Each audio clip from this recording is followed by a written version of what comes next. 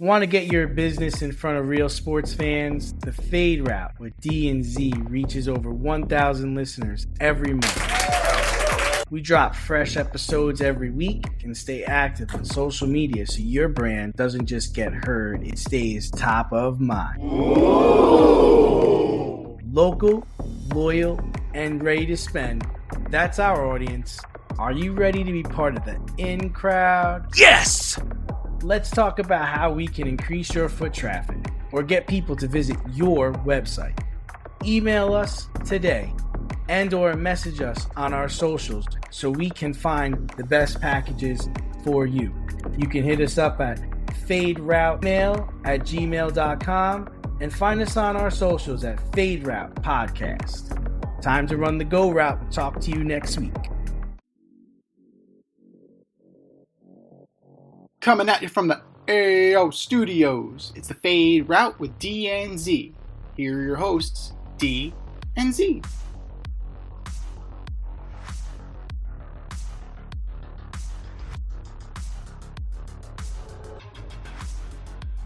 Powered by Riverside FM. 3, 2. Coming at you live from the AO Studio. Ayo. It's the Fade Route with D and Z. I am D, and we've got a great show for you tonight. Yes, we do. Albert Pujols wants to be a manager. The Giants coaches try to get fired, and the NBA kicks off tonight. But we'll begin today's show with the World Series. We have the Blue Jays taking on the Los Angeles Dodgers in the 2025 Fall Classic. I think the Dodgers are the best team in the league. I think they've been the best team in the league all season. They're the best team in the playoffs. They have the best player on their team. But what will this series come down to other than George motherfucking Springer? George motherfucking Springer. My man took a 100-mile-per-hour baseball off of his kneecap in Game 6. How did he not get the MVP? I get Vladimir Guerrero had they gave it to Vlad. They gave it to Vladdy. This sumbitch over here on one leg hit a fucking tank. Listen, the numbers that Vlad had, though, I think like in 3 games he had like 3 singles, 3 doubles, and like 2 home runs or something stupid like that. 358 with 3 homers. Yeah, yes. It's something stupid like that, and it's like, yeah, we kind of got to give it this bye, but man, George motherfucking Springer from, I believe he's from Connecticut. Yeah. And Cameron Maben, holy recency bias on Twitter, like, this may be the greatest home run in Blue Jays history. Joe Carter would like a fucking word, sir. Try again. God almighty. Would you like to go to Double Jeopardy where you can double your chances? Jesus. No. I mean, it was very impressive, though. I saw it, and you texted me in real time. It happened. Yeah. Big moment. I mean, he's a World Series champion. I believe he's a former World Series MVP. I'm pretty sure he got the MVP I believe he did award. with the Astros. Yes, he did. I think that's why I got his jersey. I'll have to get his Blue Jay jersey if he wins this. He messed up, though, in the post game. He was like, for our city, for our country. Well, hold on, George. You're American. You're from America. He can't say that. Apparently, they take care of their own. Like he's become one of the family. But that was a huge moment for George Springer. Our resident Joe Rush, who comes on our show, is a big Mariners fan, and he went to a couple of the games in Seattle, and he said the Blue Jays fans were very obnoxious. When you are the lone representative of an entire country, I guess you could be a little obnoxious. I suppose you could be, especially after you knocked out the Yankees and you're doing the whole Yankees lose and all that. Yeah, did they do that again? They didn't do that in this post game celebration. Okay. But no, they did it. Vladdy did it on air with Poppy, and several times. I could see why it would be considered obnoxious. But well, let's look at that game. Kirby, 4 innings, run on 4 hits. Wu, 2 1/3, 2 runs, 2 hits. But they pitched solid, and Bazardo, obviously Taylor's thinking, I don't know what the hell he's thinking. Listen, it's a good pitch. I mean, yeah, but you know what? He got it. Ryan Wu's a starter, right? He can give you length. George Kirby gave you 4 solid. Why'd you pull him so quickly? He had 56 pitches. Like not that John Schneider is so seasoned, but compared to Dan Wilson, John Schneider is Jim Leland, right? So Dan Wilson's learning on the job. He's going to learn from this. He's going to have to let his pitchers ride. What is Seattle known for? They're known for Castillo. They're known for Kirby. They're known for Wu. They're known for their rotation. So you got to let those guys ride. You absolutely have to let those guys ride. As much as I'm a George Springer fan. I like him. I didn't see that happening. Did you? No, you expected the Mariners to win, especially after J-Rod homers, Cal Raleigh homers. They're doing what they're doing the entire series. I mean, hats off to the Blue Jays for fucking getting Shane Bieber, man. Shane Bieber's your Game 7 starter. My man's dealing. He was nasty, and the ump was squeezing him. He was squeezing him, man. He had some good pitches. They got this guy for a ham sandwich, man. Well, they got Shane Bieber as a reclamation project. They got Max Scherzer as a reclamation project. They got Chris Bassett as a reclamation project. Chris Bassett, great inning coming out of the pen. A lot of former Mets here. Sir Anthony Dominguez, former Philly, clutch. Gausman coming out of the bullpen. Gausman actually got the win. So John Schneider managed this thing, pulled out all the stops. It broke right for him. Dan Wilson tried similar tactics, and it did not break right in the same way. And it's just another year for the Mariners. And you know what? Tip your cap to them, right? They have the rotation. They have a good bullpen. Munoz is good. Munoz is one of the best closers in the league. He is, but I think they blew a golden opportunity, man. I mean, especially even in the ninth inning, you had Julio Rodriguez up, and you got Kyle Raleigh on deck. You got to find a way to get on base, my man. You do. And the pitch he swung at was a bad pitch. That was ball four, man. It was in the lefty batter's box. It was a ball out of Hoffman's hand. But he was in swing mode. And then you leave it up to your best player. Yeah. And then you live with that, right? You don't want to end the season with your best player in the on deck circle, man. Like, you got to find a way to get on base. And I don't know what he was swinging at. I don't know what he was thinking. The moment got too big. Honestly, their closer really didn't have it. I didn't think his stuff was so nasty that, you couldn't work a walk or get on base. No. And we've seen Hoffman melt down.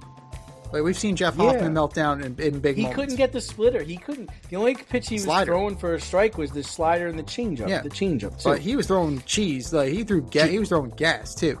So, he's a good player. Hoffman had his moments this year. He's definitely stepped up. Phillies fans, they saw the highs and the lows. Colorado Rocky fans, you've seen the highs and the lows of Jeff Hoffman. We'll see what they're about. But tip your cap to the Mariners. They were game. They had it. They had it.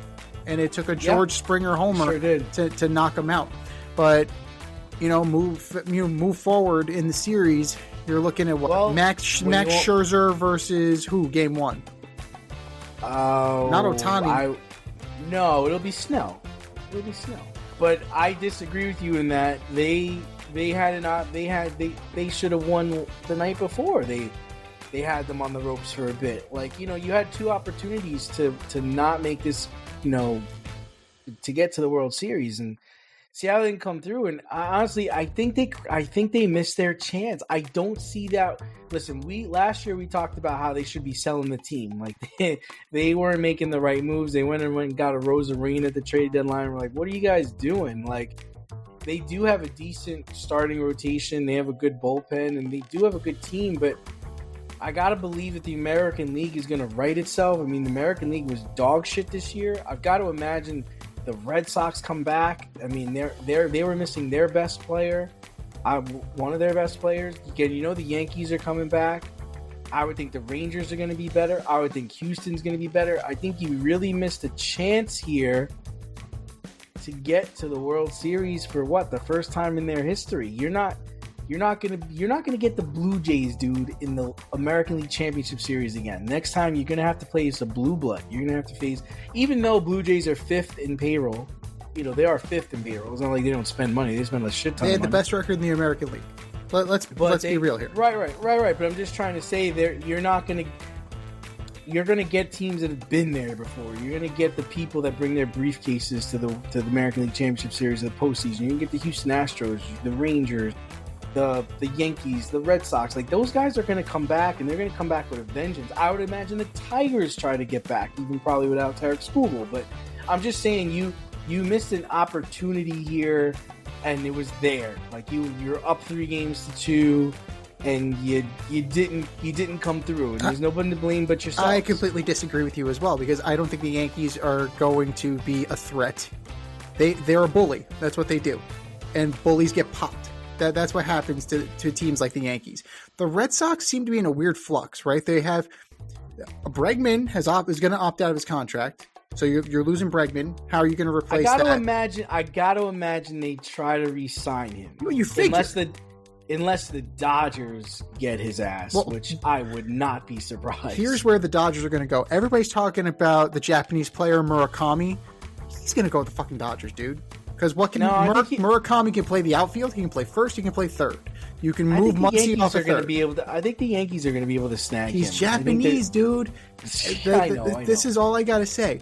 Like, they've been talking about why LA is so attractive. It's an 8-hour flight to Japan, number one. Yeah. Number two, the weather is amazing, right? New York can't compete with LA in the weather department, and they can't compete in the proximity to Japan. So you're losing out on these Japanese prospects, these Japanese players, right? The Masahiro Tanakas of the world are few and far between now. And if anything, it's a bargaining chip. It's leverage to get the money you want from the Dodgers. Even though the Dodgers are a fucking blank check organization at this point. Like, they pay stupid money. Yeah. And they're getting the return on their investment. Yeah. And that's where I agree with Dave Roberts that they're ruining baseball. From that standpoint, the checkbook is what is hastening the lockout. The deferred contracts are what is hastening the lockout. That is what is. It's not that the team wins. The Yankees won all the fucking time. It's not about the winning. It's about how you do it, right? And other teams, yeah, I understand that revenue sharing and all this, and they're all billionaires. But at the end of the day, operating costs are not the same for every team. Operating funds are not the same for every team. If you gave the Pittsburgh Pirates that TV revenue that the Dodgers get, okay, sure, they'd have Skeens, they'd have Skubal, they'd have, they'd go, trade for whoever the fuck. It's not a level playing field, and it never will be a level playing field under this current setup, and I think that's where we're going. And the Dodgers rather are hastening the inevitable. But let's spin it forward to this World Series before we go to 2027 and we're not watching baseball. Because we're not going to be watching baseball. I'm telling you that right now. Like, get your arm loose, because we're going to be going for scab tryouts. Let's do this. Let's fucking go. 44-year-old catcher with bad knees. Taylor, they ain't released you yet. But the Dodgers are loaded at every position. It's very difficult to compete with that. The Dodgers have healthy rotation. The Dodgers are rolling fucking Glasnow and Roki Sasaki out of the bullpen, right? Is Kershaw coming out of the bullpen too? Kershaw might be coming out of the bullpen. Exactly. Blake Trinan, I think, got moved to the 7th inning now? Because you also have Tanner Scott. This is the shit that's going to get us locked out of baseball. It's difficult to match up. It's absolutely difficult to match up. Now, the Blue Jays have home field advantage. There's something to be said for that. The problem is that when that roof is open, they have bombs. Bombs. And the Dodgers hit bombs. That's what they do. They absolutely hit bombs. They work you to death, and then they just bomb it out of the ballpark. With Ohtani, with Freeman, with Muncy, with Mookie, even friggin' Tommy Ed. It's what they do. They wear you down, you get bored, you get frustrated, you do something stupid. They prey on your inability to play a solid game. Look what they did to the Yankees last year. They dismantled the fucking Yankees last year. Garrett Cole had a goddamn reboot on the mound. His brain shut down in the middle of the game and he forgot to cover first base. Aaron Judge lost a fly ball in the lights. When do you see Aaron Judge lose a fly ball in the lights? It doesn't happen. They make you make mistakes. It's what they do. How far is it going to go? I think Savage might, the first go around might give them some trouble just because they haven't seen him before. They've seen Bassett. They've seen Scherzer. They've seen everybody else. They've seen Gausman. Savage might be something that they need to adjust to. And I think Scherzer has one left in him. I think he's got one more Chet Steadman game left in him. One. Give me more. One. So, there you go. Dodgers in 6. Yeah, I'm more along the lines of like a gentleman's sweep. I do think I think Toronto will steal the first game just because they've just been playing. On the Dodgers, not that they're going to take this as a joke, but they're going to feel them out in the first game. I don't really think the Blue Jays have any chance. I would say that if I was trying to win this game, if I was going to say, what is this going to come down to? What's it going to come down to, right? To me, it's going to come down to, can the Blue Jays bullpen pitch to Ohtani, Betts, Muncy, Hernandez? Can you find guys? Can you string together guys that can get those guys out in the 6th, 7th, and 8th inning? And if you're able to do that, you got a chance. So I'm going to concede whatever happens in the first 6 innings. Whether they score 6 runs, 4 runs, 3 runs, whatever, you're going to concede that. They're going to get theirs, guys. They're getting theirs. But if for 3 innings, you can get 3 outs and not allow a base runner or not allow anybody to pass second base, that's what it's going to come down to.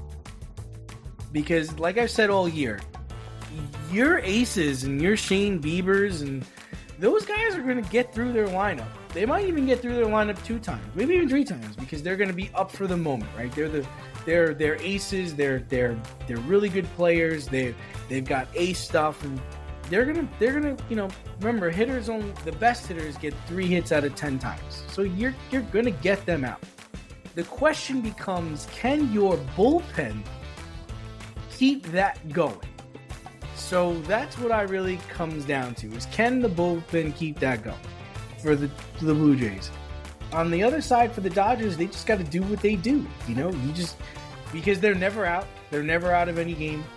We're not going to even discuss what Ohtani did, which was mythical in his 10 strikeout, 3 home run game. I don't even know what he could possibly do for an encore. What does he do for an encore? There is no encore. What happens in this world? What could he possibly do in his World Series to fucking outdo that? Bat 1,000. And there's a lot of haters out there, and a lot of them are Yankee fans, hating on what this man did. And good lord, I watched it, and I still can't believe what I saw. And even what was my response to you? I'm gonna let you finish, but what was my response to you? What does this generation need? What? This generation needs a fucking Pedro Martinez. So if I'm allowed, and that doesn't exist on the Blue Jays. No, that doesn't exist on the Brewers. What's the other guy? Kurt Schilling's, like the Randy Johnsons. Like, it's just not. Kurt Schilling said as much. He's like, if you let him have a friggin' Barca lounger in the goddamn left-handed batter's box, of course he's gonna tee off on you. You gotta make him move his fucking feet. Like he's playing golf, man. Dude, he looks so relaxed up there. And the Brewers the Brewers manager was a gentleman about it, and he said, "We got beat." He did. Like, he had an incredible game. But it's not against the baseball's rules to pitch inside and move him off his spot. No. But I would assume that they had a conversation, and they decided as a team that we're down 3-0. We're going to go after him. That's because remember, up until that point, he really wasn't hitting well. He wasn't hitting well in the postseason, and he wasn't hitting well in this series. And I've got to imagine that they had a conversation, because I doubt after the second one they didn't say anything about this, right? After the second one, they probably were like, well, hold on, let's rethink how we're pitching him, So I think after this, even after the second one, they're like, fuck it, man. We're down 4-0. We're down, whatever. Just go after him. Go after him. Whatever. And we're going to lose giving our best. And you know what? When you're down 3-0 and it's the fourth game, I could live with that. Now, if it was game 6 and this was, you're up 3-2 and this shit happens, then you're like, what the fuck, guys? Walk them. Same thing happened in the Toronto series. I wouldn't have pitched to Vlad last night at all. I wouldn't have thrown him anything to hit. Nothing. Don't give him anything to hit. If everybody else can beat us, not him. Put him on. I don't give a fuck. There's one guy crazy enough. There's one guy who's a competitor enough to send that message early that you're not going to be comfortable. And that's Max Scherzer. Like, there's one guy left who could possibly buzz the tower. Okay. Who could possibly make him move his feet. Right. But again, like I said, he was playing like shit up until that point. So I just think they were just going to go at him. Step outside of your safe area and make a statement without saying much. With FCK Clout Lifestyle Apparel. Embrace the colorful chaos and stay emotionally regulated in their graphic tees, hoodies, snapbacks, accessories, and more. Go to fckclout.com today and check out current season and past season merchandise for men and women. Get it while you can. That's fckclout.com. Check them out today. fckclout.com.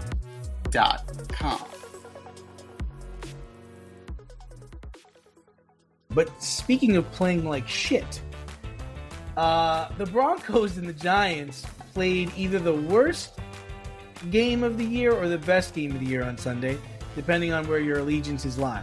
The Broncos scored 33 points in the fourth quarter to beat the Giants 33-32. Teams leading by more than 18 points in the fourth quarter had over 1,600 wins and 0 losses before the New York Giants wanted to have someone hold their beer. So, can the Giants rebound from this? Well, let's go over it because it was 19-0 at the start of the fourth quarter, right? And I just want to put something out there before you go and talk.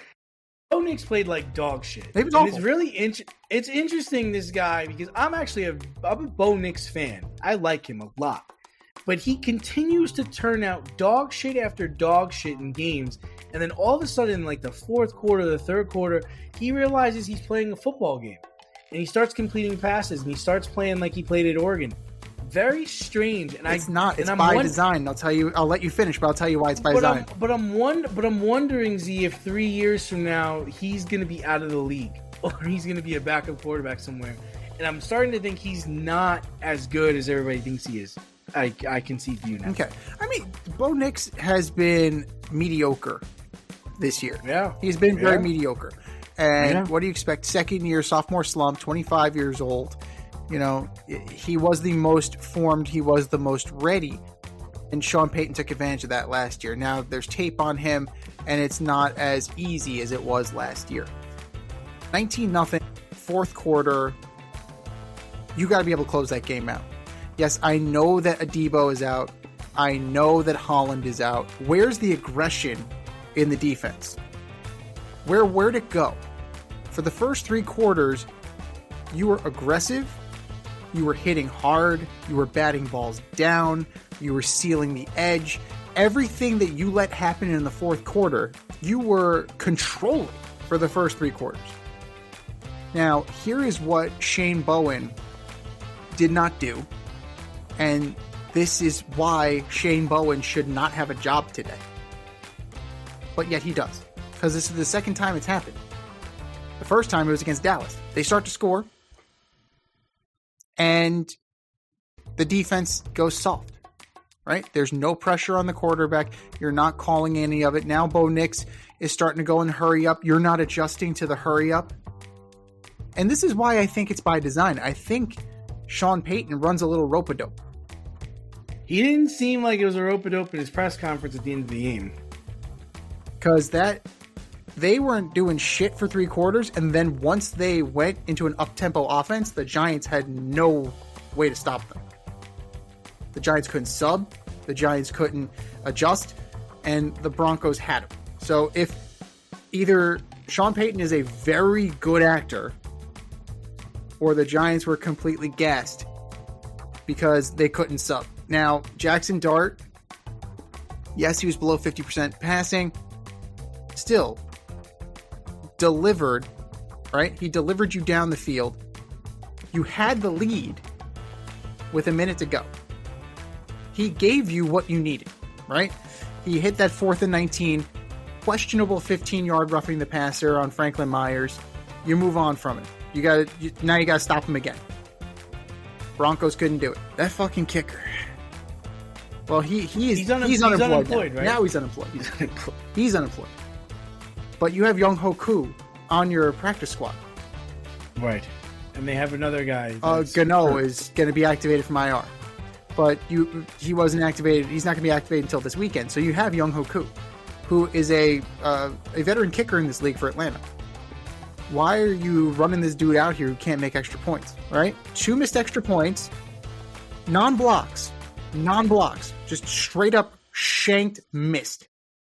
And then you go for 2 and you don't convert. That's 4 points right there. That's 4 fucking points right there that you leave off the board because you can't figure that shit out, right? But even without those points, you're still up with a minute to go. Your defense has been playing well up until this point. Up until the 4th quarter, your defense was lights out. You need to stop. And what does Shane Bowen do? What does Shane Bowen call? Prevent. A prevent defense! What the fuck are you doing? What year is this? What fucking year is this? And do you not know where you are? Do you know what part of the country you're in? You're in Broncos country. Broncos they play where, D? Denver, Mile High. Mile High. What is it known for? Altitude. And what is it known for? 60 fucking yard field goals. So you just let him march down the fucking field like it's nothing. What are you doing?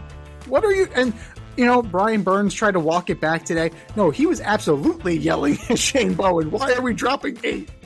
I agree. Why the fuck are you dropping 8? Think about the Super Bowls that you destroyed Tom Brady in. You pressured him, you got him off his spot, you mauled him. And he couldn't deliver the ball down the field. That is what you need to do to close out a game. That's what you need to do. You didn't do it. Now, the Giants are young. The Giants are learning how to win. The offense seemed ready to get them in position to win.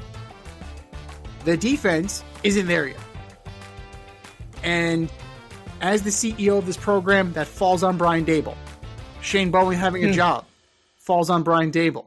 Starting McCammon, whatever the guy's name is, who gives a shit? He's unemployed. That falls on Brian Daboll. Yes, Joe Shane got him the kicker, but he also got you Koo. You made the wrong decision. So it's one of the things that's going to seal his fate at the end of the year. It's not a fireable offense now. He's nowhere near Mike McDaniel land because of what Jackson Dart is doing. Jackson Dart is saving this dude's job. He's staying his execution. But more like, if this continues, ain't no way he's coming back next year. I don't care how good Jackson Dart is. Like, there's no way you can bring him back next year if he doesn't deliver anything. Well, I think I kind of disagree with you in that sense, because I think what he's trying to do is he's smartly tying himself to Jackson Dart. And I think if you're the Giants brass, if you're Mara, forget about Shane.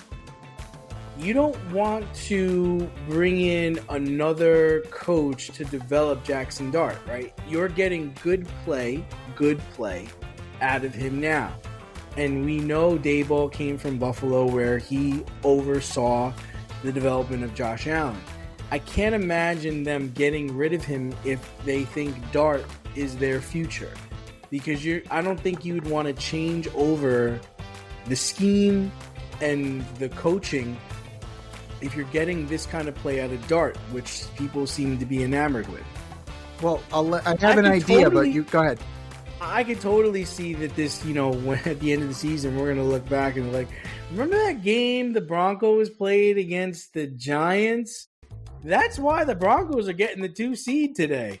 I can totally see that shit happening when you think about it. Like how important that game could become in the grand scheme of this season.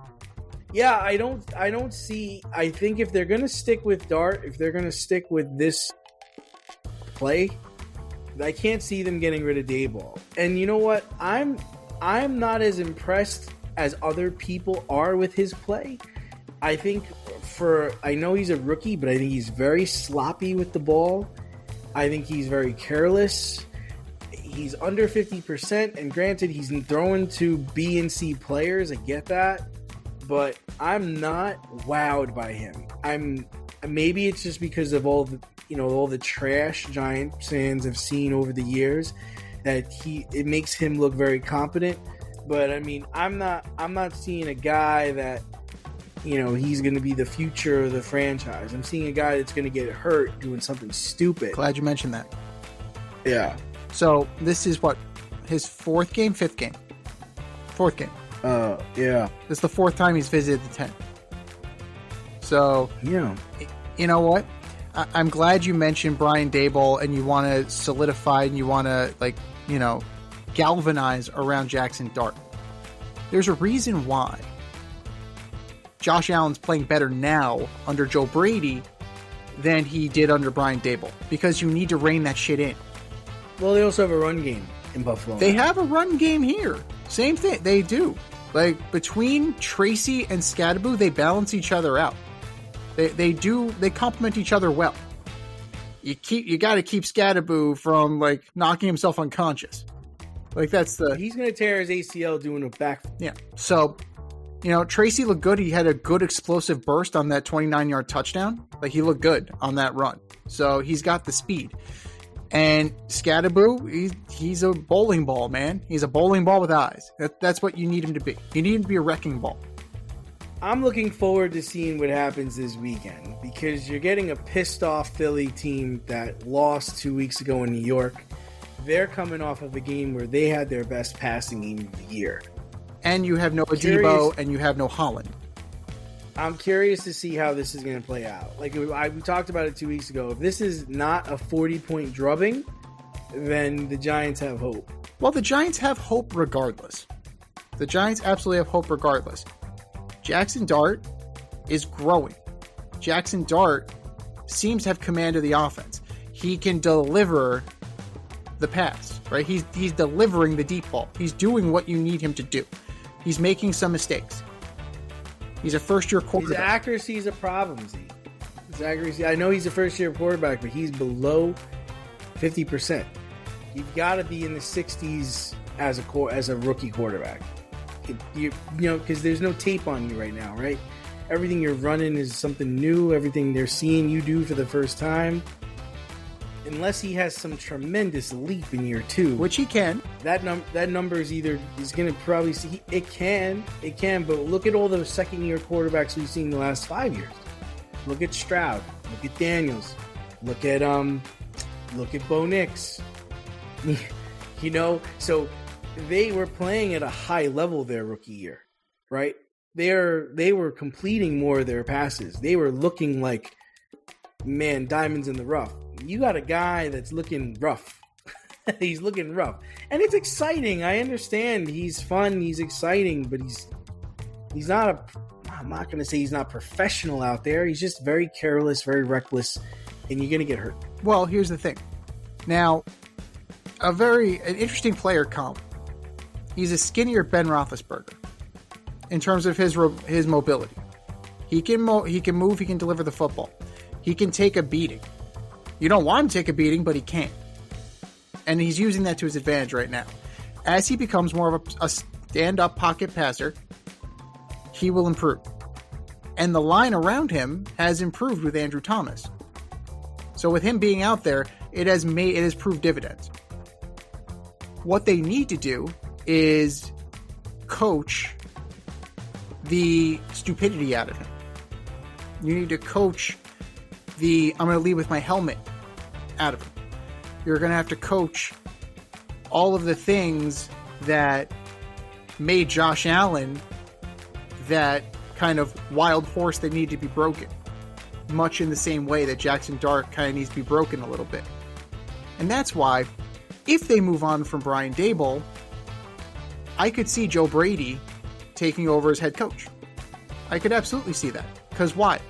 He can say, just like Brian Daboll said, hey, I developed Josh Allen. What can Joe Brady say? I refined Josh Allen. I made Josh Allen the MV motherfucking P. Brian Daboll made him excited. I made him a winner. That's what Joe Brady can sell. Well, maybe Joe Brady could take his talents to South Beach. Tua and the Dolphins were blowed out by the Browns 31-6 on Sunday. Days after, Tua decided to throw his teammates and his coach under the bus for not attending player-only meetings and coaching styles and decisions that are being made. Wearing capri pants. So this week, Tua had a tough time this weekend because the team he threw under the bus didn't block for him and didn't catch for him. He had 106 passing yards. He was sacked twice, picked off twice, and was throwing the ball to try to not get killed. So the Dolphins are now 1-6. Z. So is it rebuild time? Is it Q and Ewers time? What are the Dolphins looking at? Asshole! Like, that's what it was. That's what it was. 11 touchdowns, 10 picks. Leads the league. Yeah. Believe in interceptions. Yeah, it's bad. No Tyreek Hill. No Tyreek Hill. They're going to hang on to Jalen Waddle, although I don't see why. 20 yards. I think he had 20 yards receiving. Yeah. Something low. Yeah. So Achane only got 82. And a tutty, though, right? No. No tutty? No tutty. Okay. No tutty. You did not. Solid. He was hurt. He's hurt, you know. Right now. Like, I'm not playing against Cleveland.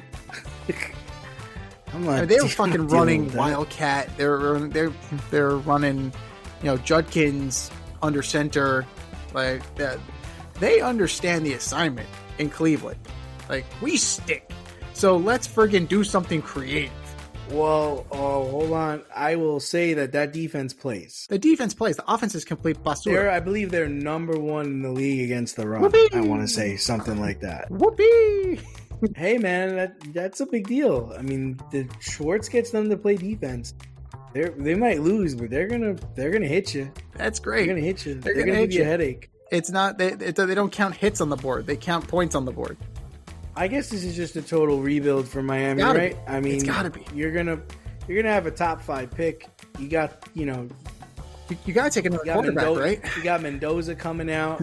Arch. But I'm just saying, like, I don't know if Arch is gonna come out. I don't even know if he's the top 4 quarterback because Texas ain't even ranked. No. Right. How do you want to talk about how the mighty have fallen? The preseason What's number the other one kid? Moore. I think Moore from Oregon is the other guy. Yeah. There's 4 quarterbacks that are better than Arch. And I would think it's, you get McDaniels is gone, maybe Joe Brady comes in, I don't know. But they I don't know what you do with this team because you figure Tyreek Hill's getting cut just because he's not playing next year. Waddle, if they keep him, he's going to be your number 1. Achane is decent. Quarterback ain't it, man. Like, the quarterback just is not it. And so what happens to Tua? He's got to go to the bench. Cut? He's got to go to the bench. Oh, he gets benched. He's got to go to the bench. You're not gonna cut him or trade him. You're gonna bench. Who's gonna? Whoa! Time out. Well, I'm talking about the end of the season. I'm talking about when the season's over. I think Zach Wilson should play now, but Zach Wilson can't even get dressed, man. Zach Wilson can't dress on this team. Are you shitting me? Number 2 overall. That's awesome. Zach Wilson is your QB3. Fuck out of here, man. So, at the end of the season, what could you possibly get for Tua? You're talking about a buy low, like maybe a 6, a conditional 6.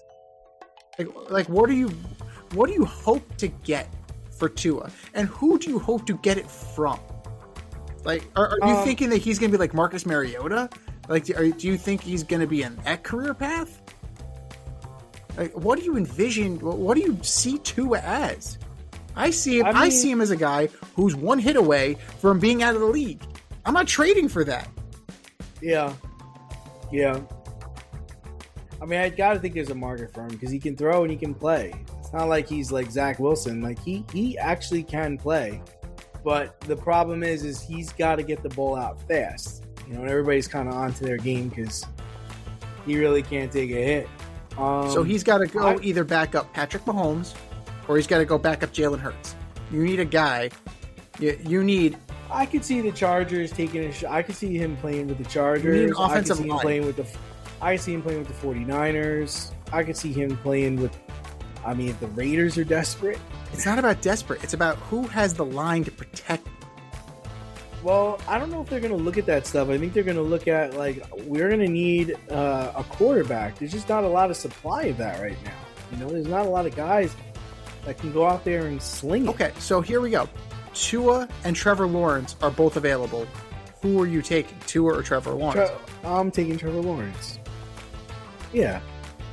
Tua or Tua or Mac Jones, right? Mac Jones is on a 2-year contract, but you can trade him. Tua or Kyler Murray. I'm probably going to take Tua, right? I'm not going to take the second baseman. To me, that's a wash. To me, those guys are a wash. So I'm just going to resign. Right, I'm good. I got a lefty and I got a righty, the same guy. I'm just going to quit. God damn it. I mean, Daniel Jones or Tua? Daniel Jones at this point. I see you coming around on No. Indiana. Like this? Are you kidding me? You're Kirk Cousins or Tua? Kirk Cousins. J.J. McCarthy or Tua? J.J. McCarthy. Injured J.J. McCarthy. Tua or Carson Wentz? I mean, Carson Wentz, probably, actually. They both stink. They both stink. Tyrod Taylor. Oh, God, the Jets. God. Sounds like a jet already. Oh, Lord. I probably have to go Tyrod Taylor. Although he'll last 2 games. I don't know, man. Like, to me, Tua is washed. I'm sorry. Like, he's not doing himself any favors with the turnovers. He's not doing himself any favors with his alleged leadership. He's not doing himself any favors with. Well, let's talk about McDaniels. He's not being much of a leader. No, either, he's right? a jerk off. But the way you dress, like, what were you doing? Why would you? It was raining outside. Why are you wearing a hoodie and sunglasses, man? What are you doing? Yeah, well, you know that's This is the guy. This is the guy who's leading men. This is the guy that's going to go in the locker room and talk it up and get those guys out there in the second half playing hard. But what have we been saying about that? Miami's a country club, dude. The friggin' inmates run the asylum. We've been saying that for 3 years now? So yeah, that has to be overhauled. I don't know who Stephen Ross is going to get. Like, I don't know, because you're going to want a veteran Joe Hard-ass type to go in there and kind of clean up the mess. I don't know who that is. McCarthy. Draft a quarterback, bring in McCarthy. That's the recipe for getting your offense back on track, in my opinion. But I don't even know if you need to trade for a quarterback at that point. Nah, you're going to have a top 5 pick. You should have a top 5 pick. Yeah, but are you? Yeah, I don't know. Because what success has McCarthy had developing that quarterback? Rodgers? Wow. Rodgers was kind of already developed. You know, I think so. Yeah, Rodgers is kind of a fully formed product. Dak Prescott? No. He got the best out of Dak. Dak can't take credit for Dak. But he had his best numbers under McCarthy. Yeah. Although he's doing pretty well for Shoddy. Like, I gotta say, he's playing for Shoddy. But yeah, you need to overhaul. McCarthy's interesting. I don't know if that Green Bay style plays well in Miami with the roster they have. You're gonna have to overhaul that thing completely. So you're probably looking. Well, you have running backs. You have guys that can run the ball. You have guys who can run the ball, but is Achane going to be is he going to fit McCarthy's style of run, which was pounding it with Zeke Elliott, pounding it? I don't know. I don't see Achane as that guy. He's fast. You're going to need a scatterboot type. You're going to need a guy who's going to pound. James Starks. You need a Eddie Lacy before he ate himself out of the league. You're going to need a guy. The guy Eddie Lacy ate. Honestly, Raheem Mostert. Like that. Raheem Mostert. Raheem. God damn it! It always goes back to. I'm telling Raheem you Mostert. right now, if I ever get a cat, I'm naming him Raheem That's fantastic. or Raul. Raul, where's the kibbles and bits? Avoid messy accidents. Get better stopping power with your brake pads. Callahan brake pads. You never know when you'll be driving in the road and there will be a truck tire that you need to avoid and save your family. Callahan Auto. We really care about what's under your hood.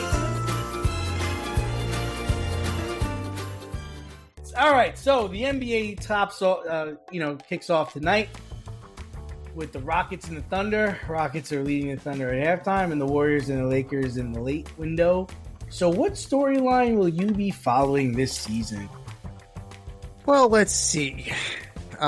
Can the Celtics Trash that is the NBA. Can the Celtics do what they need to do without Jason Tatum? Number one, right? They have aspirations, but it's Tatum and Brown, right? Now it's just Brown. Can he get them close enough? Now, Jason Tatum said he wants to play this year. Noble. Very noble. I applaud the effort. Good for you. I don't think that's very wise.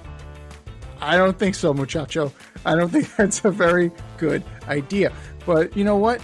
Hey, good for you. Good bully for you, my Bully. Bully for you, my friend. In the Eastern Conference, though, who's going to fill the void? Who's gonna take that mantle of the Celtics? Right? Is it going to be the Bucks? The Bucks going to be finally healthy enough? Are the Sixers going to be healthy enough? Can the Knicks recover from their debacle? Right? They got rid of Tibbs. They have their new coach.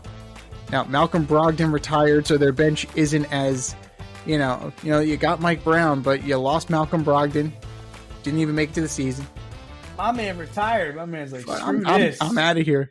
I'm out of here, man. Fuck you. You're cool. Fuck you. Yeah. Oh, God. Can the Cavs kind of build on recent playoff success? Can they take the next level?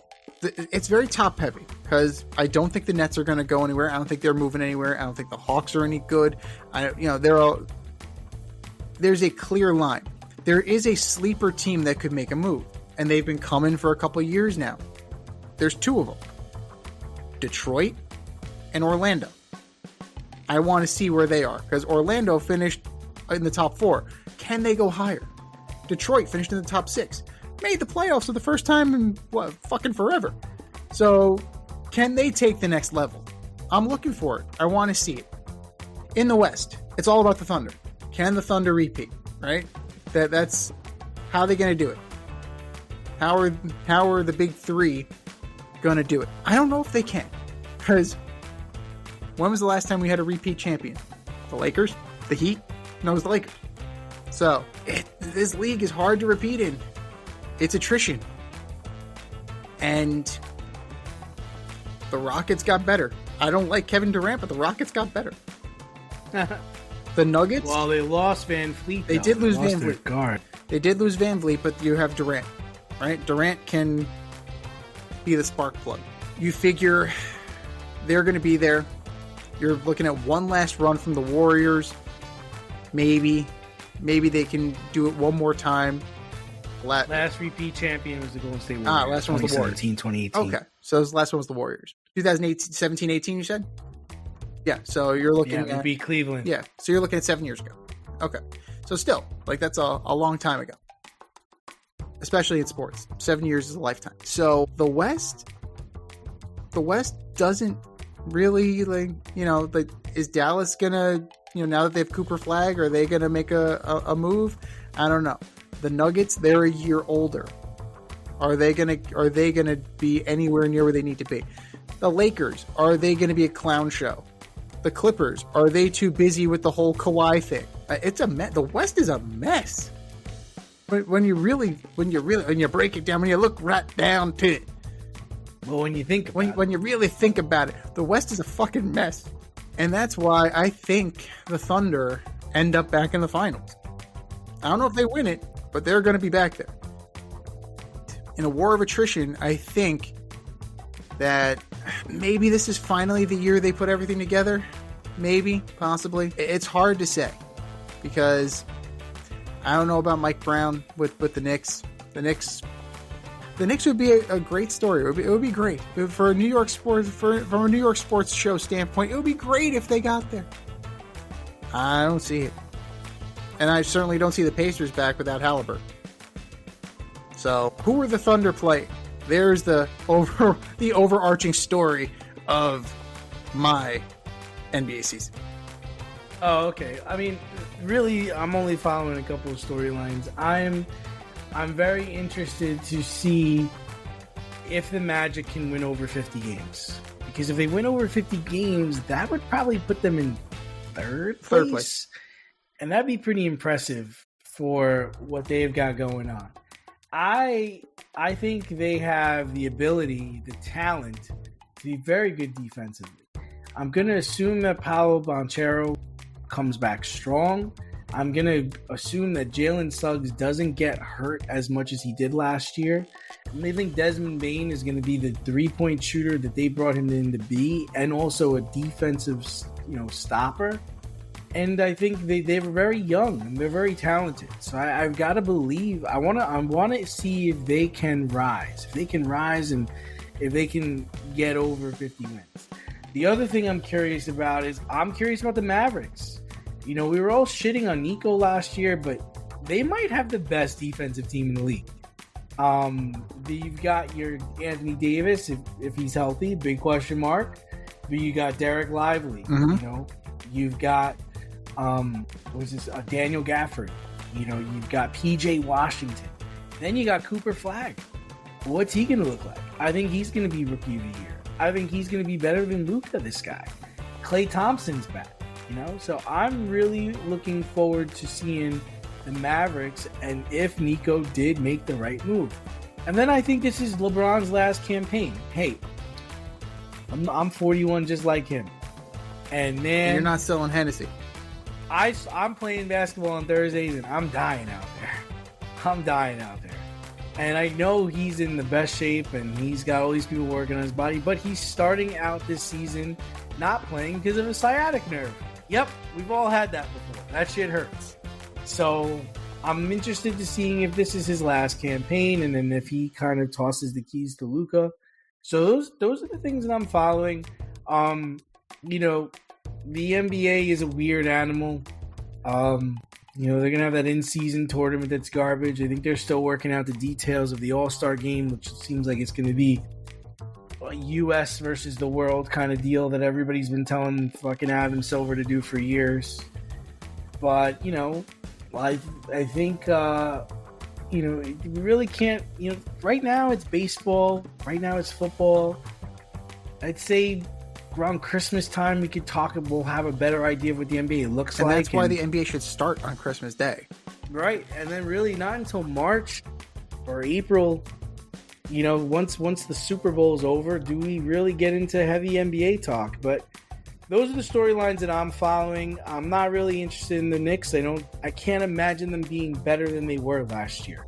I don't think Mike Brown is that much better of a coach. I don't believe in the Celtics this year. They don't have their best player. I can't imagine them beating teams in the 7-game series, So I'm out on that. Maybe the other thing I'm kind of interested in is seeing what happens with Giannis. Seeing if he gets traded. Seeing if he gets Doc Rivers fired. Those two things are probably happening. I don't really believe in Denver either. I think Denver has peaked. I think their window is gone. I don't think they made enough moves in this offseason to compete at a high level. So, but the one thing that I'm intrigued about with the Knicks, and yeah, I understand that what you're saying is that their opportunity was last year. However, I think going from Thibodeau to Brown kind of opens things up a little bit from the offensive standpoint, and I think that kind of liberates a guy like Karl Anthony Towns a little bit, because defensively he looked fucking lost against the Pacers. If you simplify the game and have him focus on being the offensive threat that we know he can be, maybe that's worth getting rid of Tibbs. But you also see Tibbs at Celtics camp breaking video down with Jaylen Brown. That's kind of petty. That's kind of awesome. I dig Petty. Petty's cool. Yeah, I saw that and I don't understand why he was there. I think it's so stupid. Whatever. For all you grill masters, green thumbers, DIY aficionados, and home repair heroes in the Richmond, Virginia area, if you're looking for personal service quality products and a convenient shopping experience, then look no farther than Thacker Ace Hardware in Colonial Heights. Owner Don Rackley and his team of local experts have everything you need to tackle every project around the house.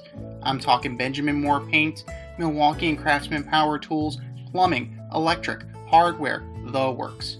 For you green thumbers, their nursery department is top notch, and I wouldn't be me if I didn't mention the grills. They have Weber, Blackstone, Big Green Egg, Traeger. I want one of everything. Give them a call today at 804-766-4223 and see how they can assist you. Or swing by 27 Dunlop Village in Colonial Heights. That's Thacker Ace Hardware, 804-766-4223, or swing by 27 Dunlop Village in Colonial Heights. Thacker Ace is the place with the helpful hardware folks. Albert Pujols wants to be a Major League Baseball manager. After meeting with the Angels and the Orioles, he's now meeting with the Padres. The Angels have hired Suzuki as their manager.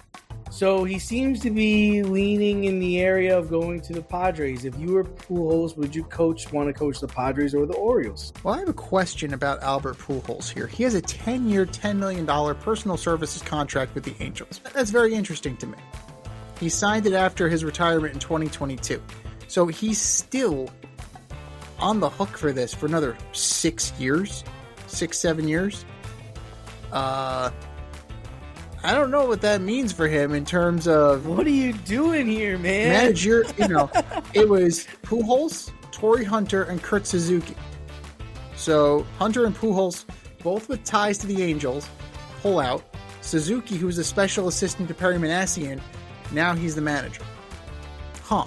So who's really managing this team? Who hired this crew? Perry fucking Manassian. So, way back when Dan Jennings put the suit on, he put the uniform on, he managed the Marlins as the GM. I respected the hell out of that. Because, you know what? He said, I made this mess, I'm going to manage it. Perry Manassian, just put a fucking uniform on and go in the dugout if that's what you want to do. Because Kurt Suzuki might as well be a puppet. He was your special assistant, and now he's the manager? Fuck out of here. We know what this is about. We're not blind. We're not stupid. You want control. Take it. Say, I'm running this show. Pull a Billy Haywood. The best choice is me. I choose me. Now, if given the choice between the Orioles... given the choice between those two teams, Orioles and the Padres... And Albert Pujols does have managerial experience. He has managed in the Dominican League, and I believe he also managed the World Baseball Classic. So I think the Padres is going to be the best option. It's from a superstar to superstar relationship with Tatis to just being able to kind of they can pick his brain a little bit. The Orioles don't strike me as a good fit for him, mostly from the standpoint of a lot of young players. And yes, you have Adley Rutschman, you have Gunnar Henderson, you have Jackson Holliday. You have talent. You have some talent. But you don't have a lot. You don't have a lot there. You have Colton Cowser, who's pretty decent. That's going to be a lot of losing. That's going to be a lot of losing for Mr. Pujols.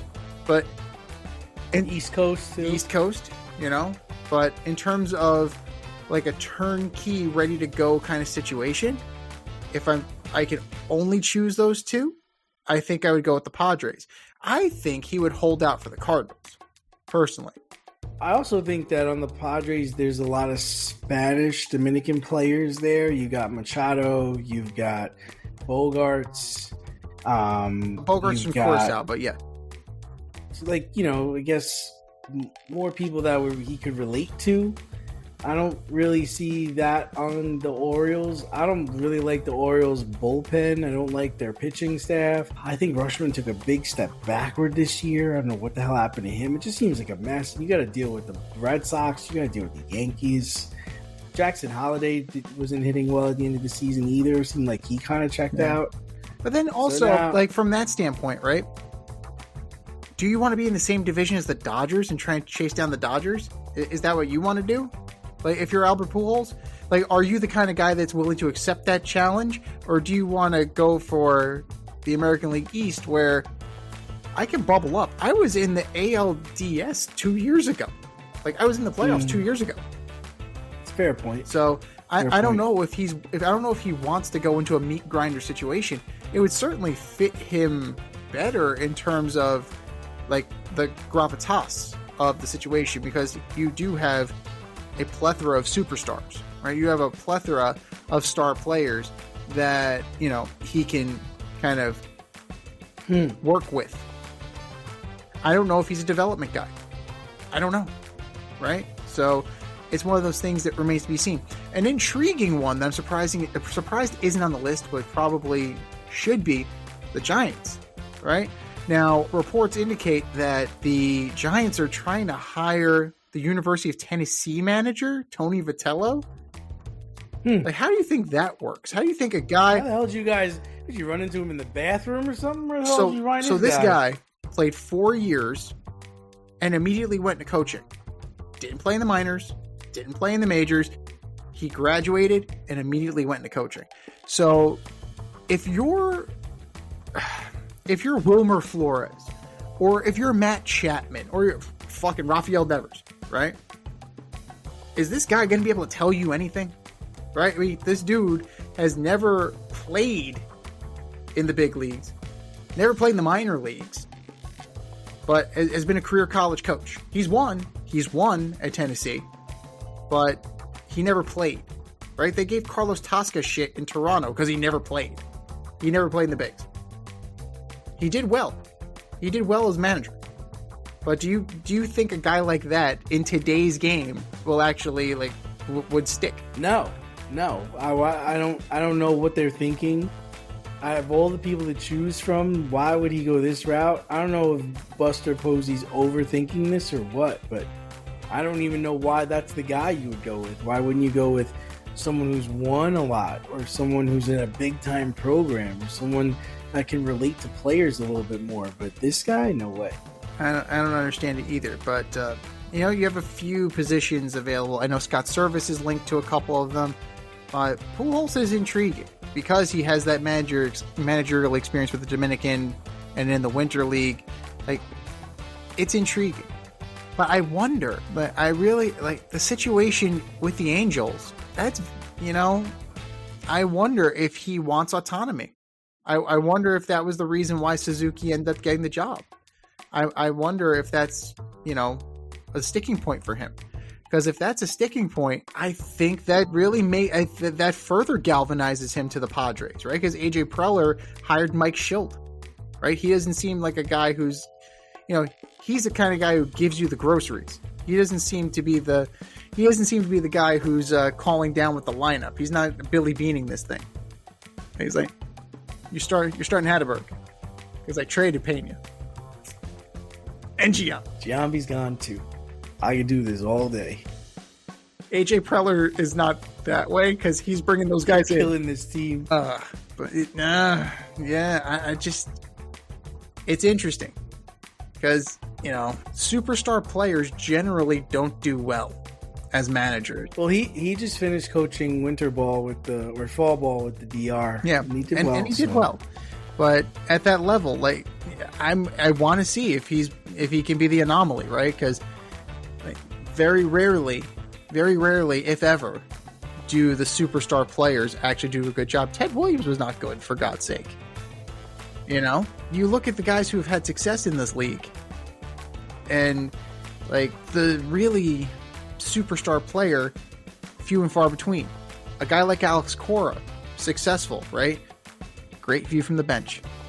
Joe Girardi, great view from the bench, behind the plate, right? Bruce Bochy, Great view from behind the plate. I'm intrigued, but I'm also cautious about Albert Pujols.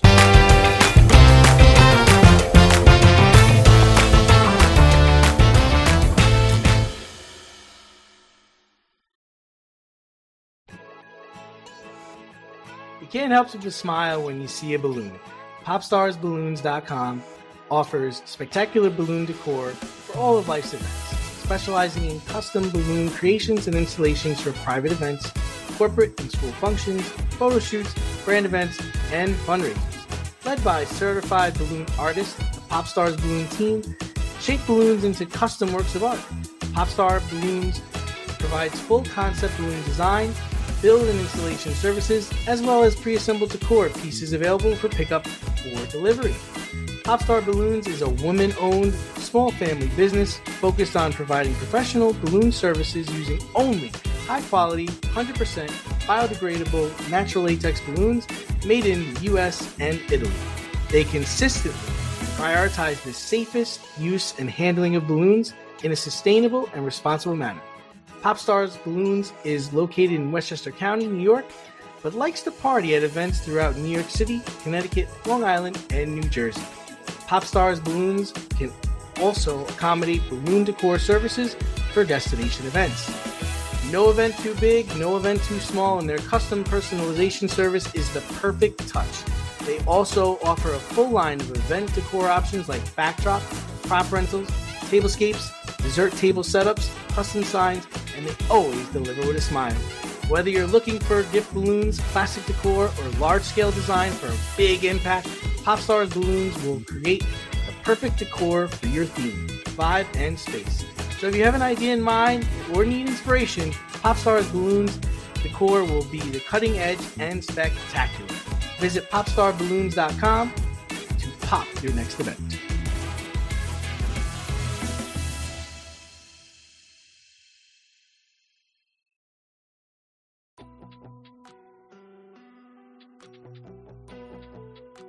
Fair or foul, judging the more messed up stories of the week.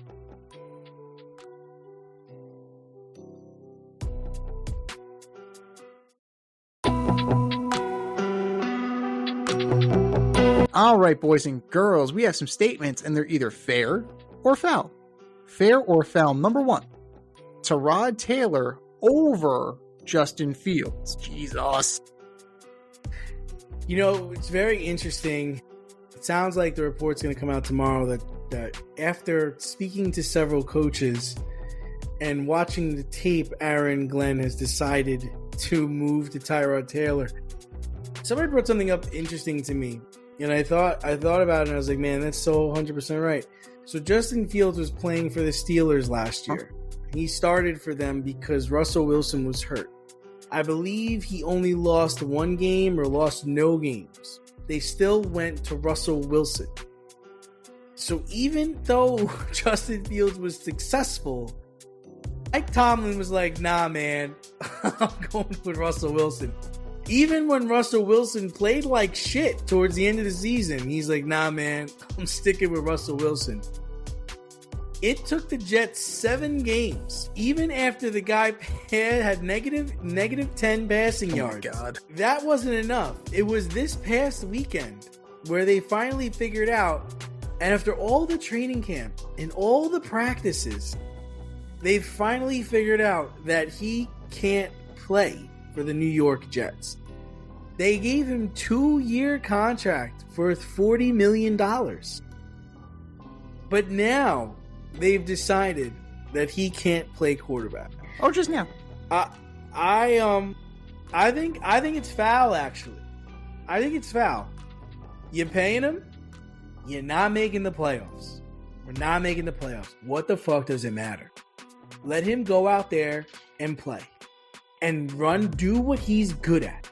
Let's do design runs, run his ass into the ground. It's 2 years and $40 million. Who gives a shit? Run quarterback sneaks, run bootlegs, run him. Just run him out. And that's it. And when he craps out, then put in Tyrod. But for now, I'm going to say it's foul. So by halftime next week. No, I think he'll be. I mean, he might might pull a Zach Wilson. My head hurts. I think I have a concussion. I don't think I can play anymore. He's done here, man. He's done. He's absolutely done here. They didn't do him any favors in London. Sacked 9 times. -10 overall yards. They did him no favors last week against Carolina. And 13-3 felt like it was 33-3. Like, it felt like a fucking blowout. Hello? Like, you're only losing by 10. They were in last week's game when they played against Denver. They were in that game. They should have won that game. Yeah. But, 2 more instances of Aaron Glenn's coaching malpractice. We're going to snatch defeat from the jaws of victory. Good job, coach. But, I think it's fair, because why not? You got nothing to lose. You got nothing to play for. Who gives a flying fuck at this point? Jet fans are going to start breaking out the bags. They're going to start putting them over their heads. Right? So, there are only 2 teams as atrocious as you. But they both have wins. Could you imagine someone calling you asking if you wanted to buy season tickets to the New York Jets? Who is this? Son of a bitch. How dare you? How dare you, sir? Motherfucker. It's them, it's Miami, and it's Cleveland. But those 2 teams have wins. Cleveland has a top 5 defense. None of it makes any sense. Nothing Aaron Glenn said in his press conference came true. No. Nothing has come true. No, he's awful. He's another one that can't do a press conference. And, it's now just complete resignation. It's complete dissociation, staring off into the distance, looking for answers. Welcome to the New York Jets. Start trading people. Breece Hall, where you want him? Gone. Garrett Wilson, where you want him? Gone. Sauce Gardner, where you want him? Gone. Start trading everybody. You're not winning with them. And make this team, well, I still don't know. Even if you get the number 1 pick and you take... Trade it. Trade it. Trade it or outsource it to the 33rd team. Let them figure out whose life you're going to ruin. I don't think you want Bill Belichick anywhere near this team. No, Tannenbaum's that's Tannenbaum's company, the 33rd team. Oh my god! But this is at this point, what you might luck into a win with Tyrod Taylor, or he'll be out with a punctured lung again. They have a chance. They're playing the Bengals this weekend. Yeah, a chance. Joe Flacco revenge game. I don't know. Yeah, I don't see it. You could bite Joe Flacco. I mean, they've only given up 13 points the last 2 weeks. Their defense is actually playing decent. And they score more than 6. Negative. but against the Bengals, maybe they do have Trey Hendrickson though. That's the thing. He's hurt. He's hurt. So, it's fair. Why not? Fields can't move the ball. Tyrod Taylor, there seems to be a rhythm, at least, even though, and J.C. Horn does not play for the Bengals. So, I think he's going to be all right this go-around. Fair or foul? Number 2, Emmanuel Clase being banned from Major League Baseball. Man, what'd you do? What did you do? What did you do for them to ban you? What did he do? I mean, I guess it's fair. But man, he must have, I don't know, is it the dollar amounts he bet on? Did he get other players to throw games? I mean, we're talking about one of the best closers in the game. But if you think about it, and I was talking to somebody at work about this, man, that Aaron Judge home run didn't feel right last year. It just didn't. He didn't seem right at the end of the season either. It just didn't seem right. Something was going on there. I don't know. And he's a closer and... Aaron Judge is Aaron Judge. I get that, but he was lights out, man. And then all of a sudden, he's giving up bombs to players. And it's that's not like you. ERA of 9? I don't know. Yeah. Yeah, come on. I get Aaron Judge is good, but still, man. So he's barred from Major League Baseball, at least That's the report. He's also barred from the Dominican League. He can't play in Lidom either. He's playing this year in Venezuela. So that's where Emmanuel Clase and probably Luis Ortiz are going to play. What did he do? He got called for the non-competitive pitches. So 2 non-competitive pitches are what signaled this whole thing.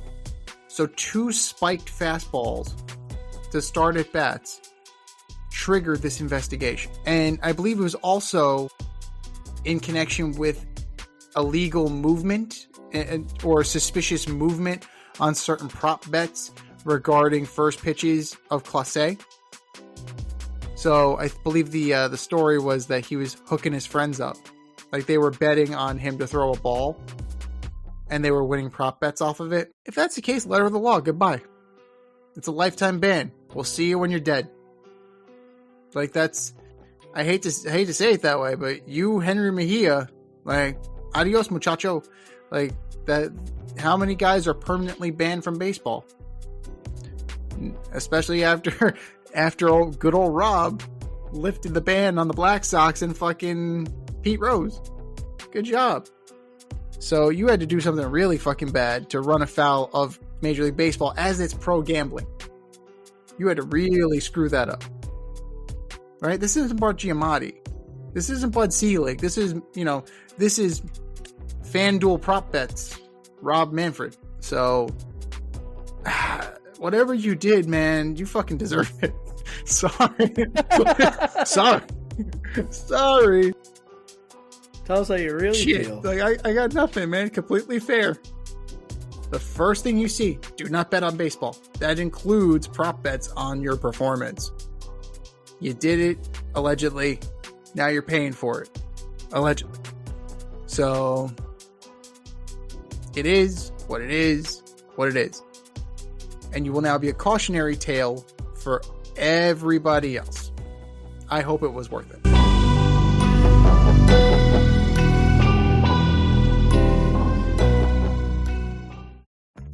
Your favorite podcast has its own merch line now. Go to the Fade Store with DNZ.com today and check out our releases in apparel, accessories, drinkware, and more. Ever wanted an Alleged Superstar t-shirt? We got those. You want some yoga pants? We got those too. And we're not done yet. We have a lot of exciting collaborations and new products on the way. But check out what we have now at the Fade Store with DNZ.com. That's the Fade Store with DNZ.com.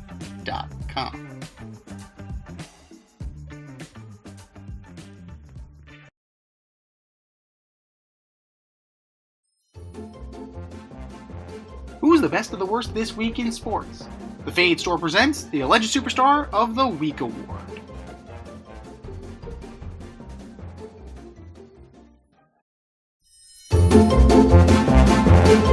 Alright, boys and girls, you know what time it is. It's time for the Alleged Superstar of the Week. You know how it goes. We put up a poll on our X account at FadeRouteDNZ, on our Instagram poll at FadeRoutePodcast, and you vote, and you vote, and you vote, and you vote. And the winner of said vote gets a shout out on this here show and takes home the coveted ass trophy. And do you know who took home the coveted ass trophy last week, D? I don't. That would be the New York Jets. Rename the award, Lupus. man. Lupus. Unbelievable. Putting the piss in Lupus. It's so terrible. They're terrible. They're awful. They're absolutely terrible. Fucking dreadful. But still, that was last week. This is this week. There's always room to improve. Who are your nominees for Alleged Superstar of the Week? There's always room. So my first one is wide receiver on the Jacksonville Jaguars, Brian Thomas. Ah, jeez. My God, man. Just 7 targets, 3 receptions for 33 yards. The Jags were getting blowed out the whole game. That's the best he could do. He ceded yardage and targets to fucking Travis Hunter, who's a rookie, who's not even a wide receiver. He's not even a cornerback. He's just a football player at this point. And you can't even get more receptions than him, man. I understand you were coming in and out because you're hurt, but dude, come on. Come on. I'm killing my fantasy team. Brian Thomas, you are my Alleged Superstar of the Week. Number 2, George Kittle, tight end of the San Francisco 49ers, coming back from a hamstring injury, playing on Monday, right? Yeah, he played on Sunday night. 0 receptions, 0 yards. What'd you play for? Cardio. What'd you play for? You should have Tunga, whatever the other guy's name could have done all that. What did you come back for? Didn't even come back.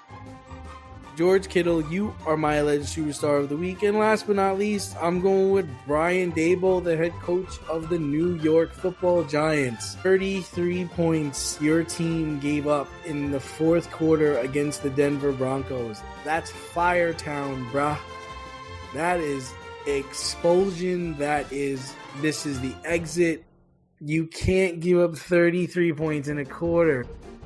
It's just unheard of. Brian Daboll, you are my alleged superstar of the week. What do you got, Z? So you started with Brian. You finished with Brian Daboll. I'm going to go with Shane Bowen. You realize why he hired Shane Bowen? He's a fucking idiot. That's why.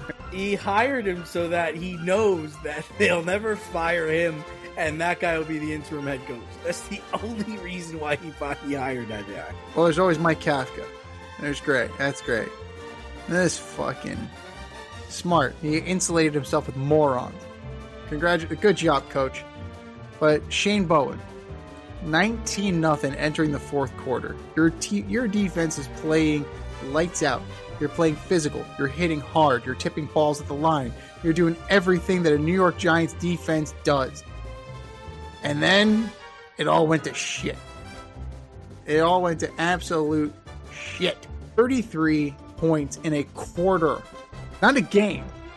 In a quarter. Absolutely ridiculous. And on top of that, your rookie quarterback takes you downfield, scores, puts you ahead with a minute to go. All you have to do is stop the Broncos. All you need to do is pressure the Broncos. And instead, you drop 8 in a prevent defense. Are you fucking kidding me? In a game where you just need a field goal. They don't need a Hail Mary. They don't need a touchdown. They need a field goal. And you gift wrapped it just like you gift wrapped Brandon Aubrey. That's 2 games the Giants should have won. Should have. Except this clueless putz is running the defense. Shane Bowen, you are my alleged superstar of the week. Number 2, Jude McCammity, the kicker, the former kicker of the New York Football Giants. Good, they packed your shit. I don't even think they let him on the plane. Good, they packed your shit. We'll send it back to wherever the fuck you live. 2 missed extra points. Are you fucking kidding me, dude? You're not a professional kicker. They're not blocked, just shanked. Completely shanked. Whoops. My bad. The laces were in. No, they weren't. I'll get the next one, man. I'm still not used to the oblong ball. I'm used to a round soccer ball. I'll hit you on the way back. I got you. It's all right. I got you. Well, Young Hoku, you better be dressed this Sunday. Or Graham Gano, whoever the fuck. I don't care. Dress them both. Dress 2 kickers. Young Hoku. So do that. Just dress both of them, just in case Graham Gano tweaks himself again. Because that guy fucked the Giants over big time, too. Jude McCammity, you are my alleged superstar of the week. And then number 3, Nottingham Forest owner Evangelos Marinakis firing Ange Postecoglou 6 matches, 6 competitions into his contract. But that's not why he's on here. Not for the rash decision making. Mr. Marinakis and Ange Postecoglou got into a fist fight after he got fired. So Ange had nothing left to lose. Why not? Taking a pot shot at your former boss. Sean Dyche, formerly of Everton, is now going to be the new manager of Nottingham Forest. But this dude is the problem. Marinakis has run off Nuno Espirito Santo, who is a very good coach. Ange Postecoglou, who is a very good coach. And he's probably going to run Sean Dyche off. And if you're going to be fist fighting the guy, maybe the Premier League needs to look into you owning the team. I'm gonna fight you. We gonna fight today. You can't score a goal, you gonna catch these hands. There you go. Next time I see you, let that be the bell. Ding, ding. Ding. Ain't gonna be no rematch. Don't want one. Evangelos Marinakis, you are my alleged superstar of the week. I think we said our piece. Go to our X account at FadeRouteDNC. Go to our Instagram poll at FadeRoutePodcast and vote. And vote, and vote, and vote. And for our nominee. You're better than that. Just do better. Just do better. This has been the Fade Route with DNZ. Thanks for tuning in tonight. Catch our podcast on Wednesday nights on Spotify, iTunes, iHeartRadio, or wherever you listen to your podcasts. So until next time, stay fade, everyone. Time for us to run the go route. We'll talk to you next week.